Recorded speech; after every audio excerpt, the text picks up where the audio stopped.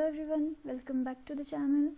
Today we will see some of the general knowledge questions regarding vitamins. The questions which you can see in most of the entrance exams and are very important. But before starting the questions, I just want to tell you or give you introduction about vitamins, that what are vitamins. So basically vitamins are the nutrients which are required in small amount for proper body functioning and proper health. Means वो nutrients या फिर वो पोषक तत्व जो कि पदार्थ we can से जो कि आपके शरीर को प्रॉपर फंक्शनिंग और प्रॉपर हेल्थ के लिए रिक्वायर्ड रहते हैं, लेकिन कम अमाउंट में, in small amount. And there are 13 essential vitamins जो कि हमें हमारे फूड से जो है वो गेन करने पड़ते हैं. सो बेसिकली वाइटामिन्स को 2 कैटेगरीज में हम लोग डिवाइड करते हैं, fat soluble vitamins and water soluble vitamins. Fat soluble vitamins are those vitamins which are soluble in lipids, like your vitamin A, scientifically known as retinol, D cholecalciferol, E tocopherol, K phylloquinone. So these are the 4 vitamins which are fat soluble or lipid soluble. Coming up to water soluble vitamins, then there is vitamin C, ascorbic acid, and vitamin B complex because vitamin B is further of different types: vitamin B1 thiamine, B2 riboflavin, B3 niacin, B5 pantothenic acid, B6 pyridoxine, B7 biotin, B9 folic acid, and B12 cyanocobalamin. So these are the water soluble vitamins. and इनके साथ जो bracket में दिया गया है ये इनके scientific या फिर we can say biological name है, साइंटिफिकली जैसे इन्हें हम बुलाते हैं. So let us start our main topic, that is the questions, general knowledge questions regarding your vitamins. So taking up first question, which vitamin is essential for poor bone and teeth recovery? The answer is vitamin D. Vitamin D is very important for recovery of bone and poor teeth. Now next question is, richest source of vitamin D is, and that is cod liver oil. Cod liver oil आपने सुना होगा, इसकी tablets जो हैं वो market में available रहती हैं. Cod liver oil basically fish liver oil है जिसमें vitamin D and vitamin A का जो कंटेंट है वो काफ़ी हाई रहता है, स्पेशली विटामिन डी का. So it is the richest source of vitamin D. So now the third question is, which vitamin are fat soluble vitamins, जो कि हमने पिछले अभी सेक्शन में इंट्रोडक्शन में पढ़े हैं. That is vitamin A, vitamin D, vitamin E, and vitamin K. These are the fat soluble vitamins. Question number 4, niacin is the chemical name of which vitamin? अभी हमने इंट्रोडक्शन में यही बात की थी केमिकल नेम्स की या फिर साइंटिफिक नेम्स की. सो niacin is the chemical name of vitamin B3. Now the next question is, vitamin which protect us from pellagra disease, and that is vitamin B3 again. Let me tell you something about pellagra. Pellagra is a disease which is of related to skin.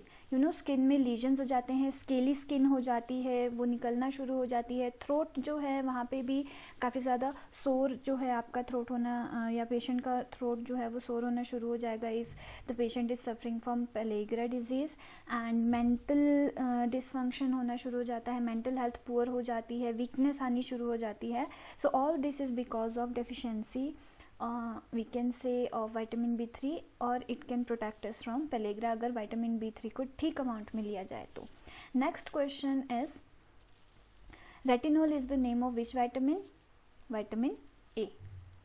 Question number 7, liver damage is cause due to overdose of which vitamin C. Overdose हम यहाँ पे क्यों बोल रहे हैं, क्योंकि मैंने आपको इंट्रोडक्शन में ही बता दिया था स्मॉल अमाउंट में चाहिए होते हैं, जितना रिक्वायर्ड है उतना बहुत है.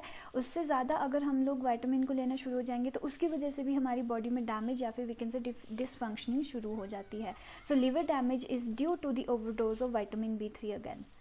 Question number 8 is, vitamins essential for the health of brain. So यहाँ पे हमारे पास 3 टाइप्स के विटामिन्स आते हैं which are essential for brain health. That is vitamin B6, vitamin B9 and vitamin B12. Now let us move on to question number 9.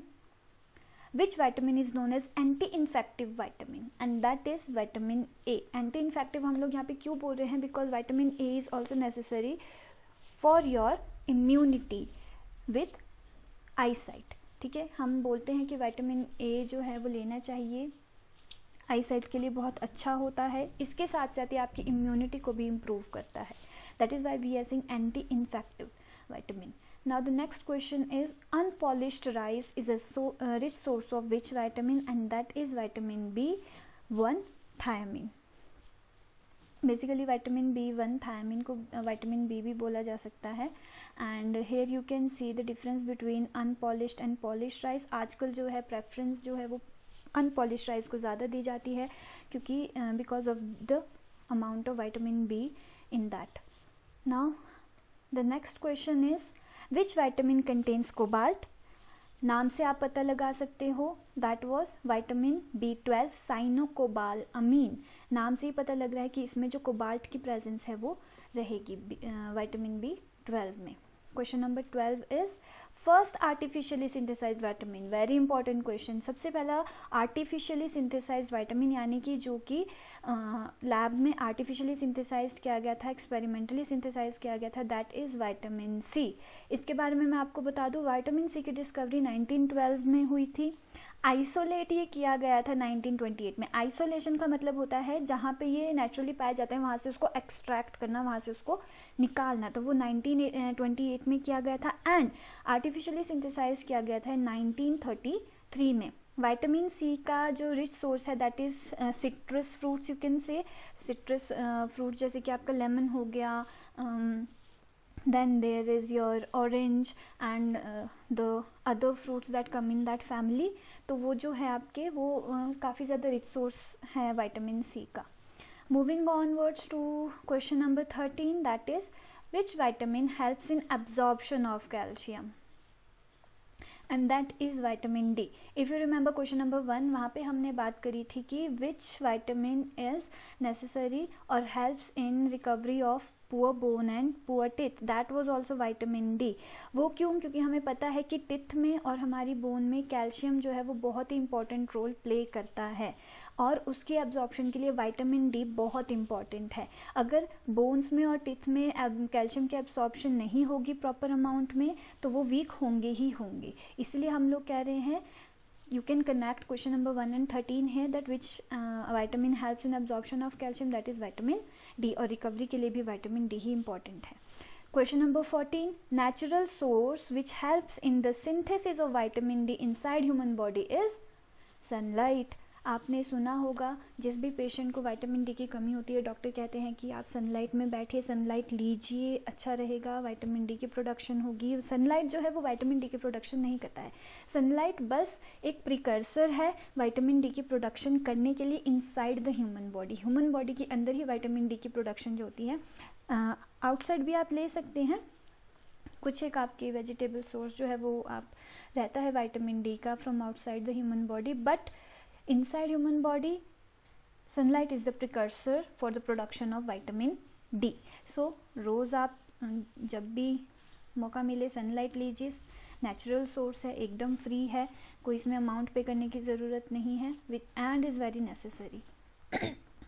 Now question number 15, scurvy is caused by the deficiency of vitamin. Scurvy is the disease जिसे हम बोलते हैं bleeding गम disease. तो ये जो disease है ये cause होता है because of the deficiency of vitamin C.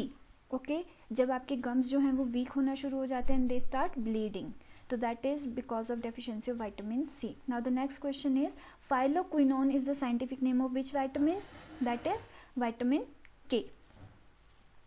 Moving onwards, lack of which vitamin causes rickets, that is vitamin D. Again rickets के बारे में मैं आपको बता दूँ, it is the weakening of bones and you can say muscles also, specially weakening of bones in children. Children में जो है वो रिकेट्स की वजह से बोन्स जो हैं वो वीक होना शुरू हो जाती हैं.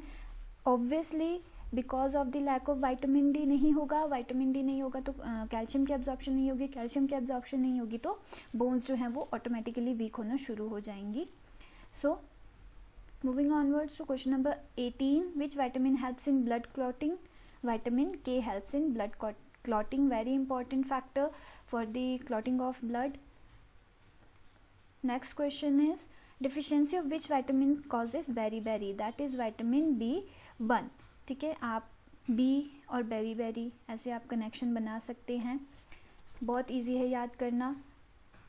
And the last question of this topic is in humans water soluble vitamins are. पहले हमने बात कर ली थी vitamin C and vitamin B complex, जिसमें कि विटामिन बी 1, 2, 3, 5 और सारे के सारे आपके बी कॉम्प्लेक्स के जितने भी विटामिन हैं वो इंक्लूड हो जाते हैं। So these were some of the important questions which are of general knowledge and are important as they you can say means इसमें से आपको 3-4 क्वेश्चन 5-6 क्वेश्चन तो आपको ऐसे मिल ही जाएंगे जो कि आपके एंट्रेंस एग्जाम्स में आते ही आते हैं। So thank you guys, that's all from vitamin and like the video, subscribe the channel. Thank you.